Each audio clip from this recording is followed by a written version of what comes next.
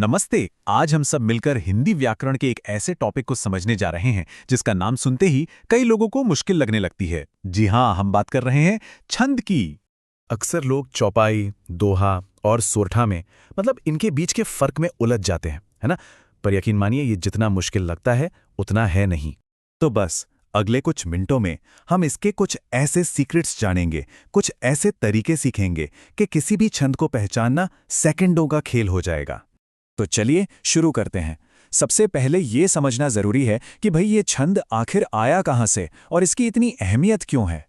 देखिए, एक बहुत ही बढ़िया बात कही गई है। इसे ऐसे समझिए, जैसे गद्य यानी प्रोज के लिए व्याकरण होता है ना, जो उसे नियमों में बांधता है। ठीक वैसे ही कविता के लिए छंद होता है। ये कविता का विज्ञान है जो उसे एक ढांचा, एक लय देता है और उसे सुनने में इतना संगीतमय और अच्छा बनाता है। और पता है, छंद कोई नई चीज नहीं है, इसकी जड़ें बहुत बहुत पुरानी हैं। सोचिए, इसका जिक्र सबसे पुराने वेद ऋग्वेद में भी मिलता है। बाद में पिंगल नाम के एक ऋषि ने इसे एक शास्त्र का रूप दिया, एक पूरा सिस्टम बनाया, और उन्हीं के सम्मान में इसे पिंगल शास्त्र भी कहते हैं। तो इतिहास तो समझ लिया। अब आगे बढ़ते हैं और देखते हैं कि छंद बनता कैसे है। इसके लिए हमें कुछ जरूरी चीजें, कह लीजिए एक टूल किट तैयार करना होगा। कुछ ऐसे शब्द समझने होंगे जो किसी भी कविता को एनालाइज करने के काम आते हैं। तो टूल किट का पहला टूल है गति। गति मतलब वो फ्लो, वो लय जिसमें हम कविता को बिना रुके पढ़ते हैं। जैसे रघुपति राघव राजा राम। ये जो एक सांस में पढ़ने का प्रवाह है ना, बस यही गति है। अब गति का ठीक उल्टा होता है यति। यति का मतलब है ठहराव। जब हम कविता पढ़ते हुए कहीं पर सांस लेने के लिए या किसी बात पर जोर देने के लिए जानबूझकर रोकते हैं, बस उसी ठहराव को यति कहते हैं। और फिर आता है तुक। तुक तो बहुत ही आसान है। ये है तुकबंदी, यानी कि राइमिंग।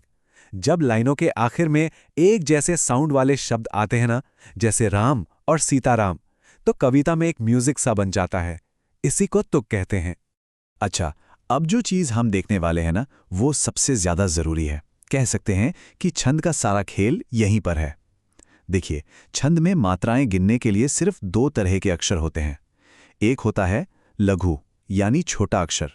इसका निशान है और इसे हम गिनते हैं एक। और दूसरा होता है गुरु, यानी बड़ा अक्षर।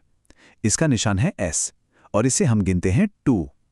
बस ये 1 और 2 की गिनती ही पूरे छंद का बेस है। तो अब हमारा टूल किट तैयार है। अब हम उन सबसे कॉमन छंदों को डिकोड करने के लिए तैयार हैं जो अक्सर एग्जाम्स में भी पूछे जाते हैं। सबसे पहले बात करते हैं चौपाई की।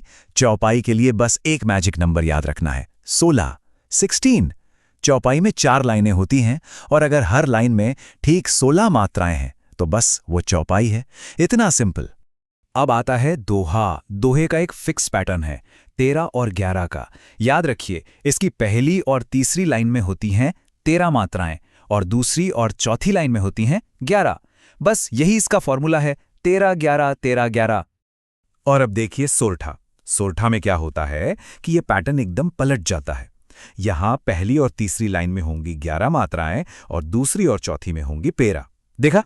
तो यहां पर एक बहुत मजेदार ट्रिक है। समझ आया? सोरठा जो है वो असल में दोहे का ठीक उल्टा है। अगर दोहा 13-11 है तो सोरठा 11-13 है। तो एक याद हो गया तो दूसरा अपने आप याद हो जाएगा। चलिए, अब थोड़ा और आगे बढ़ते हैं और एक थोड़ी एडवांस चीज देखते हैं, कुंडलियां। अब इसका नाम सुन के घबराना नहीं है, क्योंकि ये उन्हीं चीजों से मिलकर बनी है जिन्हें हम अभी अभी सीख चुके हैं। कुंडलियां असल में एक तरह का मिक्सचर है। इसे बनाने के लिए क्या करते हैं, एक दोहा लेते हैं और उसके साथ एक रोला जोड़ देते हैं। बस दोहा और रोला को मिलाकर ही कुंडलिया बनती है। अब सवाल यह है कि कुंडलिया को पहचानेंगे कैसे। इसके 2 पक्के निशान हैं। पहली चीज, इसमें हमेशा 6 लाइनें होती हैं और हर लाइन में 24 मात्राएं। और दूसरी सबसे बड़ी पहचान, ये जिस शब्द से शुरू होती है ठीक उसी शब्द पर खत्म भी होती है ना कमाल की बात। तो अब जब सारी बातें समझ आ ही गई हैं, तो क्यों ना एक छोटा सा टेस्ट हो जाए। देखते हैं कि कॉन्सेप्ट कितना क्लियर हुआ। चलिए, पहला सवाल, वो कौन सा छंद है जिसमें पहली और तीसरी लाइन में 13 मात्राएं और दूसरी और चौथी में 11 मात्राएं होती हैं? याद है 13-11 वाला पैटर्न? बिल्कुल सही, वो है दोहा। जिसमें लाइन का पहला हिस्सा लंबा होता है।